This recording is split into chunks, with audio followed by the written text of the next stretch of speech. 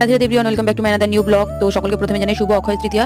দিনটি ছিল অক্ষয় তৃতীয়ার দিন, তাই আমরা চলে গেছিলাম একটা নিমন্ত্রণ বাড়িতে, যেখানে ভগবত পাঠ হচ্ছিল। প্রভু মহারাজ চলে এসেছিল, উনি ভগবত পাঠ করছিলেন। আমরা একটু দেরিতে গেছিলাম, তাই অনেকটা পাঠ হয়ে গেছিল, আমরা প্রায় শেষের দিকে গেছিলাম। তো একটু শুনে নি প্রভুজি কি পাঠ করছে। কেমন ব্যবহার করতে হবে, তাকে আদর করে ব্যক্তিগতভাবে বলে দেখো এইভাবে ভক্তদের সাথে কথা বলতে হয়, এইভাবে ব্যবহার করতে হয়, তাকে নেগলেক্ট করবে। বর্ততে নাম তো ব্যায়াম যা জিহায় হরে কৃষ্ণ কৃষ্ণ কৃষ্ণ হরে হরে, হরে রাম রাম রাম হরে হরে। এই কীর্তন আছে যা জিহায় বর্ততে নাম তো ব্যায়াম, সে শ্রেষ্ঠ।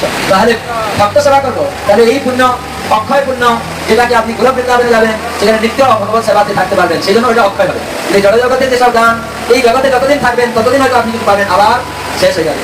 কিন্তু ভগবত ভক্তি তার কোনো ক্ষয় ভয় নেই। সেজন্য আমাদের সবাইকে চেষ্টা করতে হবে ভগবানের সেবা করার জন্য। একদিকে প্রভু মহারাজ পাঠ করছেন, আর অন্যদিকে হচ্ছে প্রচন্ড বৃষ্টি। যাই হোক, দুটো মিলিয়ে মিশিয়ে দারুণ আবহাওয়া ছিল, দারুণ মানসিক পরিস্থিতি ছিল। পাঠ শোনা কমপ্লিট, এখন বসে পড়েছি প্রসাদ খেতে। তো দেখা হচ্ছে পরে অন্য কোনো ব্লগে। টাটা।